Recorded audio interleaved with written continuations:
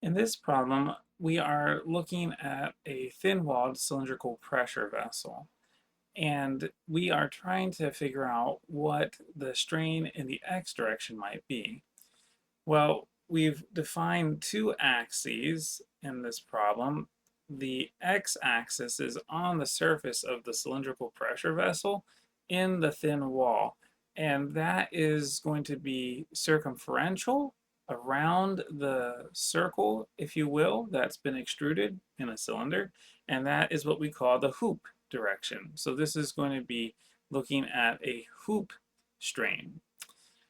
We have a couple relationships that are useful here. One is that for the hoop stress, where we have the sigma x around the circumference being equal to the pressure times the radius divided by the thickness of the wall.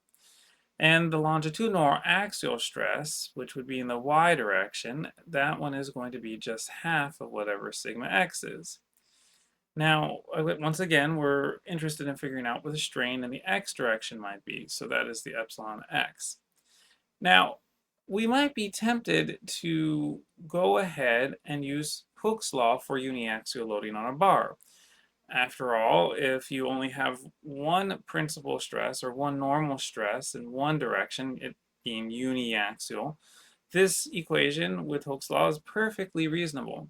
And we could go ahead and reorganize it such that we have a simple relationship for epsilon x, sigma x, and the elastic modulus.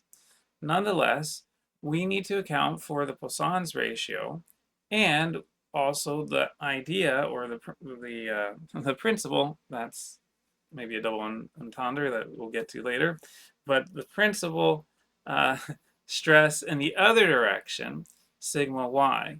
Okay, and so for that, we're going to use a more involved equation that is not just for uniaxial loading. See, if it were just uniaxial loading, then this equation would be the same as what we have. What does that mean? That means that sigma y and sigma z are equal to 0.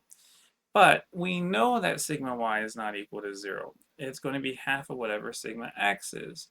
So to solve this problem appropriately, we had to plug in our sigma x, our sigma y, and we need to plug in sigma z. Well, sigma z is in the radial direction. That is going through the thickness of the thin wall.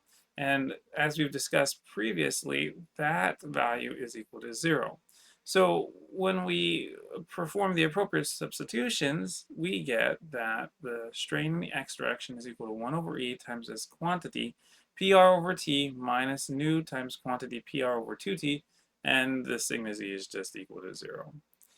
We can go ahead, put this equation into Python or some other um, code if we like, or just a calculator with the numbers to figure out what epsilon x might be.